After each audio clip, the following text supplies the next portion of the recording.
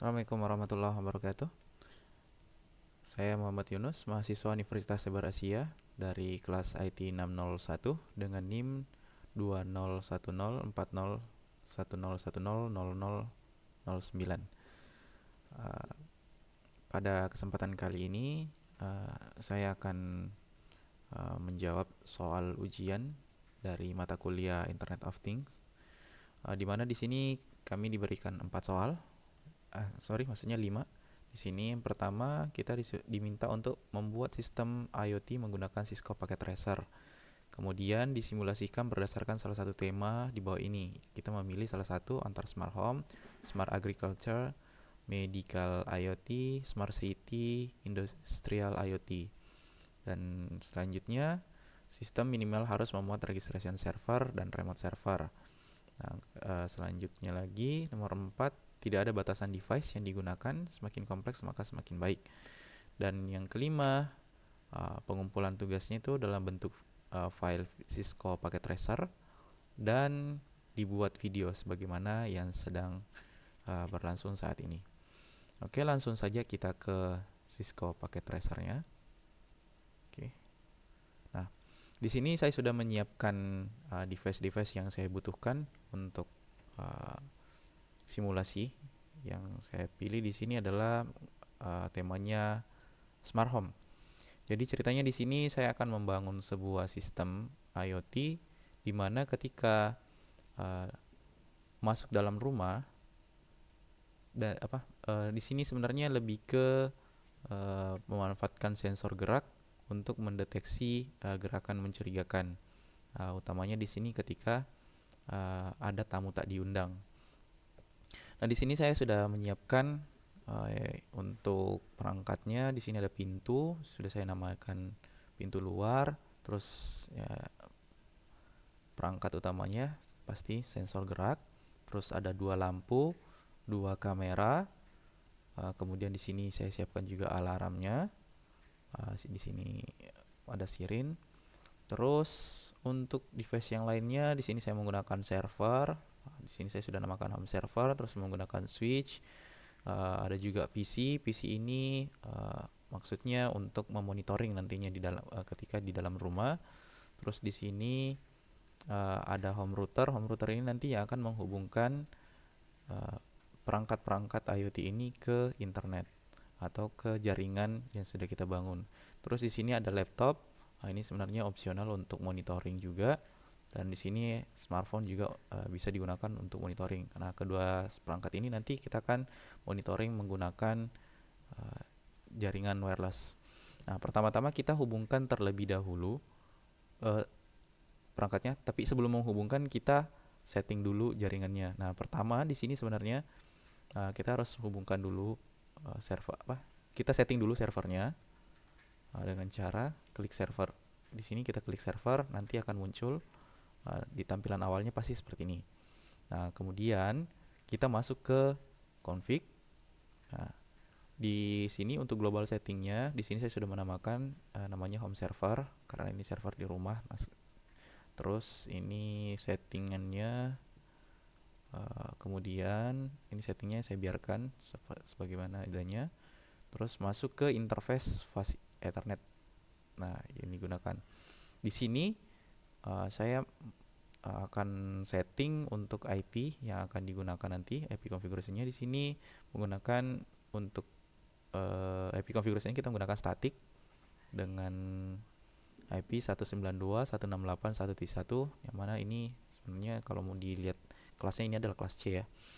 Nah, kemudian subnet masknya di sini nanti otomatis 255.255.255.0. Nah, kemudian ini pastikan on. Nah, kemudian setelah itu masuk ke service. Nah, di service karena kita akan menggunakan DHCP, yang dimana DHCP ini nanti akan memberikan IP secara otomatis kepada klien-klien yang terhubung dengan jaringan kita. Ya, di sini masuk dulu di DHCP. Terus ini servicenya kita nyalakan. Kemudian default gateway-nya kita menggunakan IP yang tadi 192.168.1.1. Terus kemudian maksimum yang lainnya nih kita biarkan saja. karena ini akan otomatis. Untuk maximum number of usernya, maksudnya di sini berapapun user yang akan terhubung dengan kita. Nah, di sini saya cuma pakai 20 aja. Kemudian setelah itu kita save. Setelah di save akan muncul seperti ini. Nah, ini dipastikan sama. Pool name-nya di sini server pool yang ini. Terus default gateway-nya kita tadi sudah menggunakan yang IP yang sebelumnya.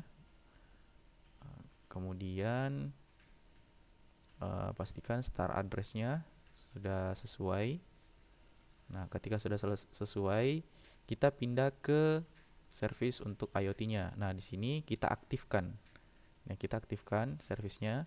Nanti di sini belum akan tidak ada di sini. Nanti di sini tidak ada. Ini karena saya sudah mendaftarkan sebuah username dan password, maka di sini langsung muncul. Oke, setelah itu kita beralih ke desktop. Ini setelah IoT-nya, service IoT-nya on, kita beralih ke desktop. Kemudian ke web browser. Nah, di sini di web browser kita akan membuat akun dengan cara kita kunjungi 192.168.1.1. Nah, kita kunjungin dengan tadi. Nah, di sini untuk yang belum memiliki akun, karena pertama pasti tidak memiliki akun, pilih sign up now. Nanti akan seperti ini. Kita tinggal masukkan username-nya sembarang. Mau apa?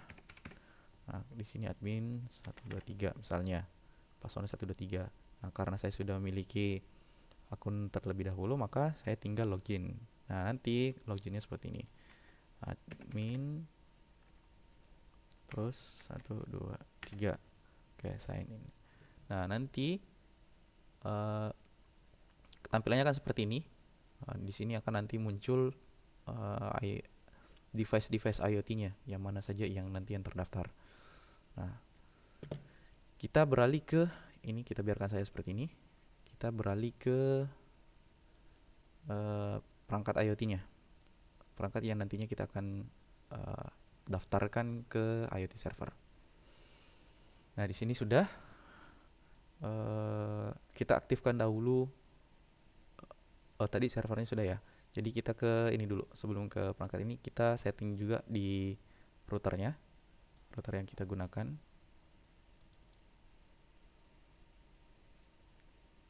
Oke, mana nih? Belum terbuka.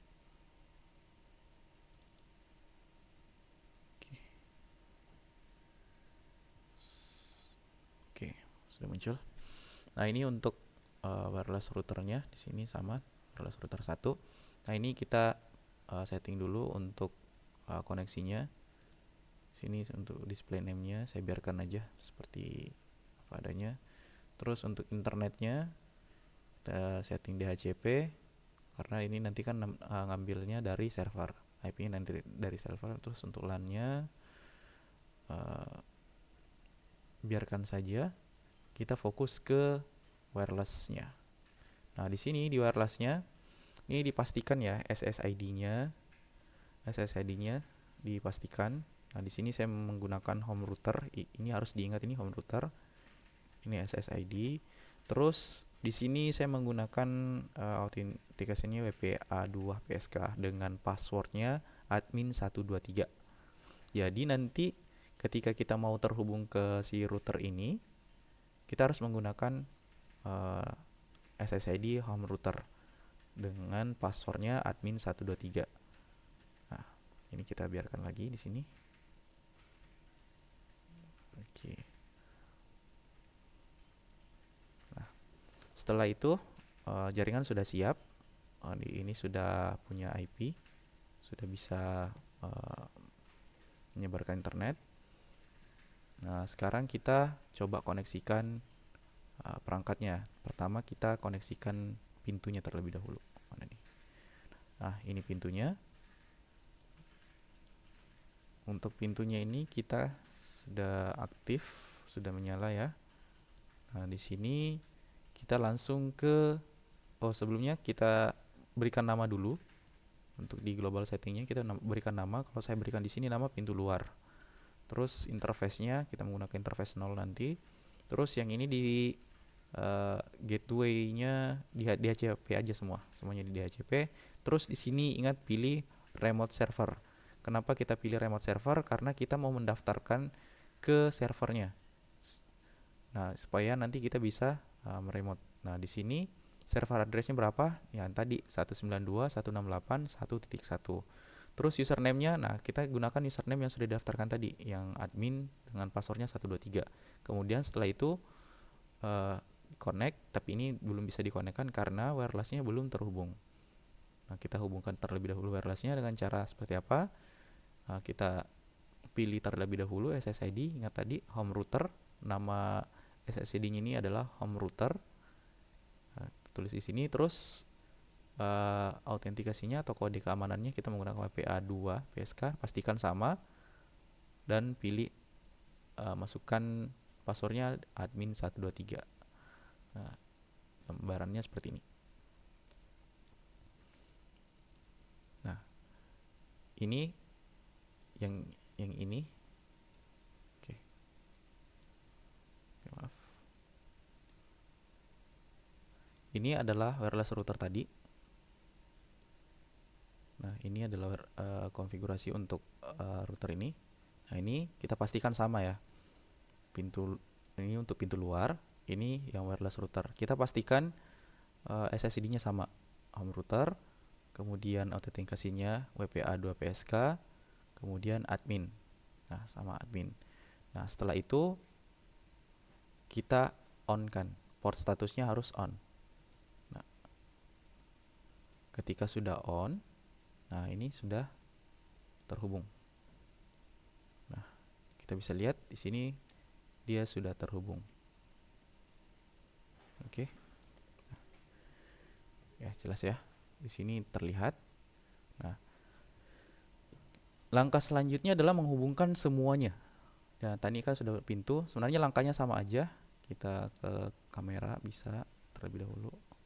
Nah, sama aja. Kita setting yang sama dengan settingan pintu tadi. Kita samakan aja di wireless. Wirelessnya kita on kan. Sama ya. Menggunakan home router, admin, terus ya passwordnya admin 123 WPA2 PSK. Kemudian di sini remote servernya sama tadi 192.168 ya. Nah, sama ya 192.168.1.1. Nah, kita aktifkan wirelessnya. Nah, oke.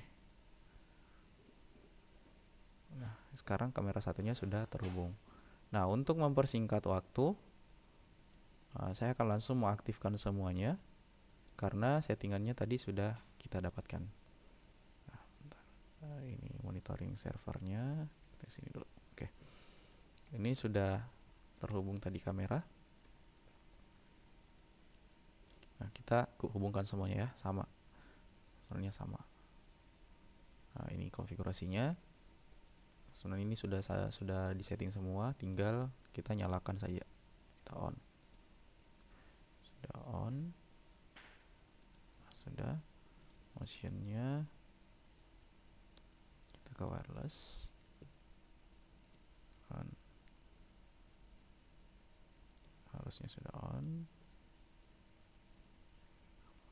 Untuk lampunya kita aktifkan lagi. Oke, sudah. Kita tunggu saja dia aktif. Kemudian wireless 0.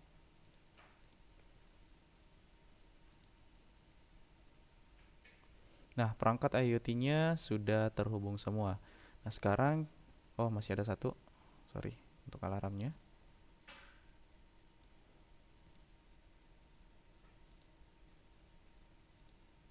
Oke, kita hubungkan. Oke, sudah terhubung. Nah, untuk perangkat monitoringnya ini sudah ada, sudah terhubung. Nah, kita coba lihat di menggunakan PC. Ini tadi. Nah, ini monitoring. Oke. Ini kita monitoring menggunakan PC. Ya. Oke, ini monitoring menggunakan PC. Kita coba akses via web.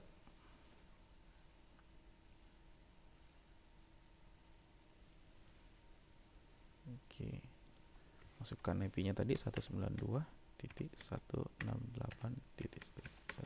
Bentar, masukkan username-nya admin 123, sign in. Oke, nah di sini sudah terdaftar semuanya ya. Di sini sudah terdaftar semuanya.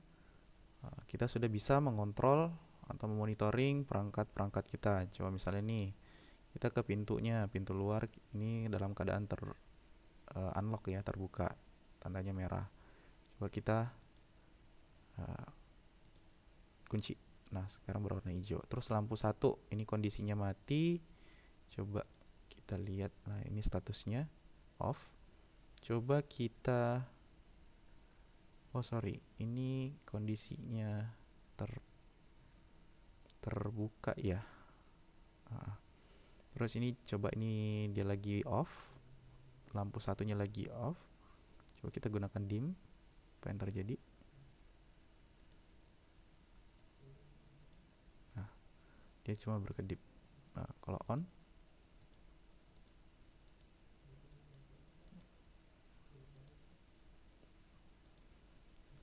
oke, ini on, dia nyala.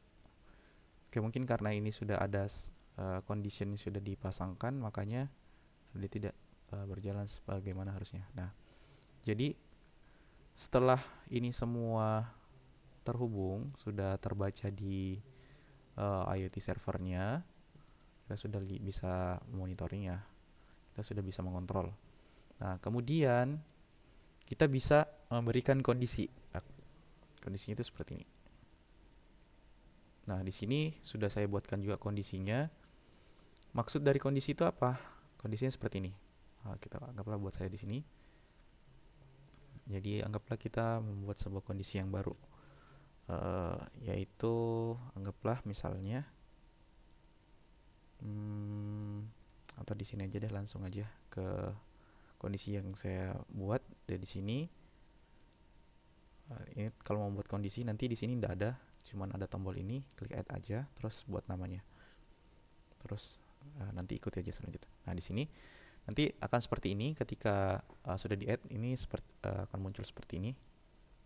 Oh, maaf. Oke. Di sini untuk conditionnya di sini ya. Nah, di sini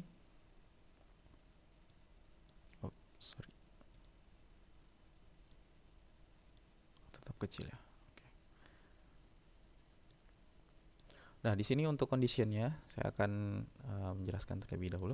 Nah, di sini saya membuat namanya adalah sensor hidup. Kenapa sensor hidup? Maksudnya adalah ketika sensornya hidup, kita aktifkan ya. Nah, di sini ada if nih. If jika sensor geraknya hidup, nah true ya, maka kamera 1 dia on ke, nah kamera satunya on, statusnya true ya. Begitupun kamera 2.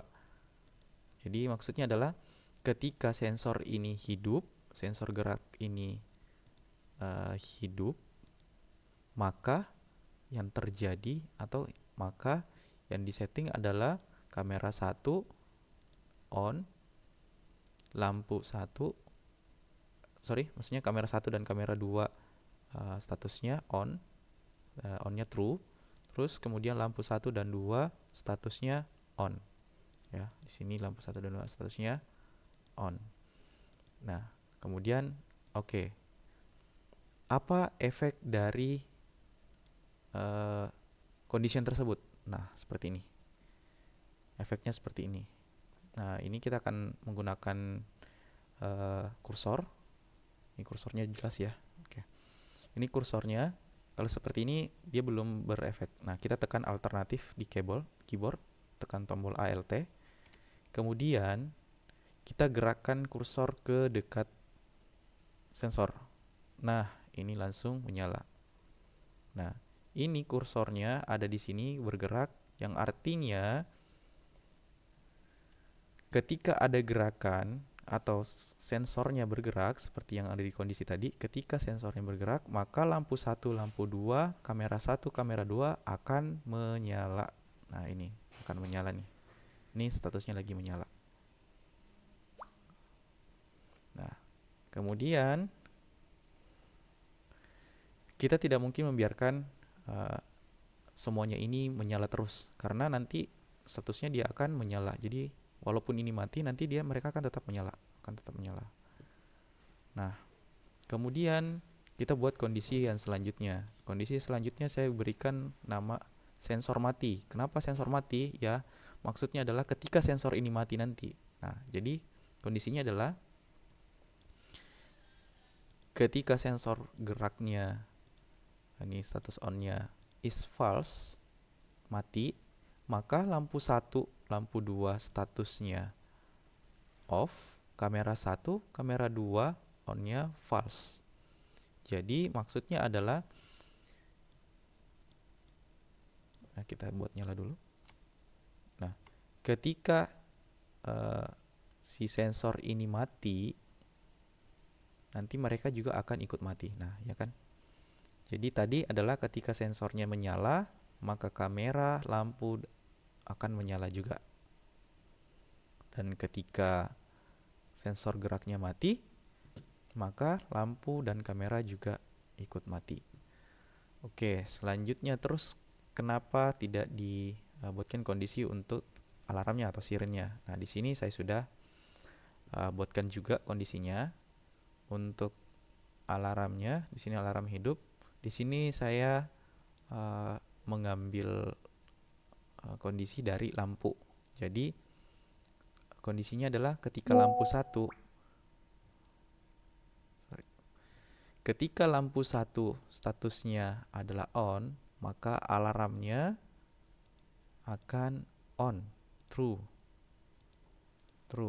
Dan pintu keluar itu kondisinya lock ke lock. Jadi artinya ketika ketika alarmnya menyala atau ketika lampu 1 menyala kemudian alarm berbunyi, maka pintu akan terkunci. Nah, kemudian kondisi selanjutnya saya buat lagi dalam kondisi alarmnya mati. Nah, kenapa? Nah, di sini saya ganti di sini. Sebenarnya bisa aja di sini tetap lampu 1, tapi saya gunakan lampu 2 aja. Jadi ketika lampu 2-nya mati, maka yang terjadi adalah alarmnya ikut mati. Karena kita mengasumsikan bahwa ini di dalam rumah. Nah, di dalam rumah itu ketika misalnya ada pergerakan melewati sensor gerak, maka akan membuat lampu menyala. Dan ketika lampu menyala, maka alarm juga ikut menyala, ikut berbunyi. Nah, maksudnya adalah ketika misalnya ada maling yang masuk atau ada tamu tak diundang masuk, maka akan mengaktifkan lampu, menyalakan lampu untuk menyinari siapa yang masuk. Terus kamera aktif untuk merekam siapa, dan alarm inilah yang akan memberitahukan seisi rumah atau sekelilingnya bahwa telah terjadi sesuatu di rumah tersebut. Nah, terus ini perangkat tadi ini manfaatnya apa? Ini untuk digunakan untuk monitoring. Monitoringnya sama dengan yang PC. Jadi kita hubungkan terlebih dahulu ke jaringannya menggunakan wireless. Settingannya sama ya tadi, admin.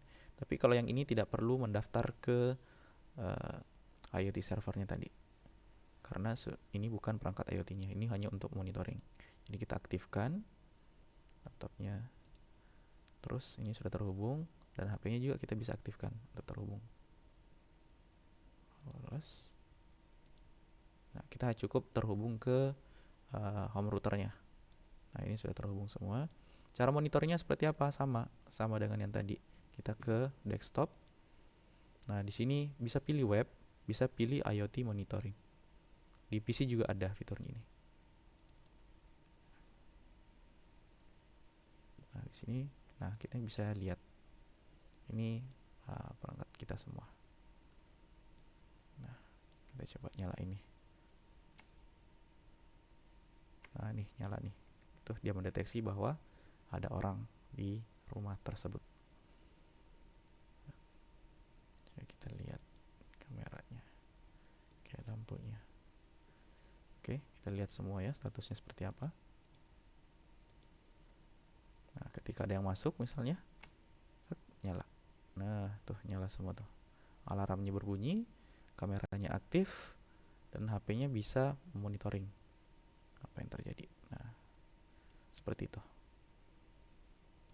Oke, demikian cara kerjanya. Namun di sini sebenarnya ada kelemahan karena di mana pintu ini ternyata tidak bisa dibuka tutup ketika alarm ini berbunyi. Jadi dia statusnya tetap lock, tidak ada status awalnya terbuka. Jadi tidak bisa membuat kondisi ketika pintu terbuka, ketika pintu terbuka terus menyalakan alarm, itu tidak bisa. Nah, demikian dari saya. Lebih dan kurangnya mohon dimaafkan. Kritik dan sarannya juga diharapkan untuk disampaikan di komentar. Demikian, assalamualaikum warahmatullahi wabarakatuh.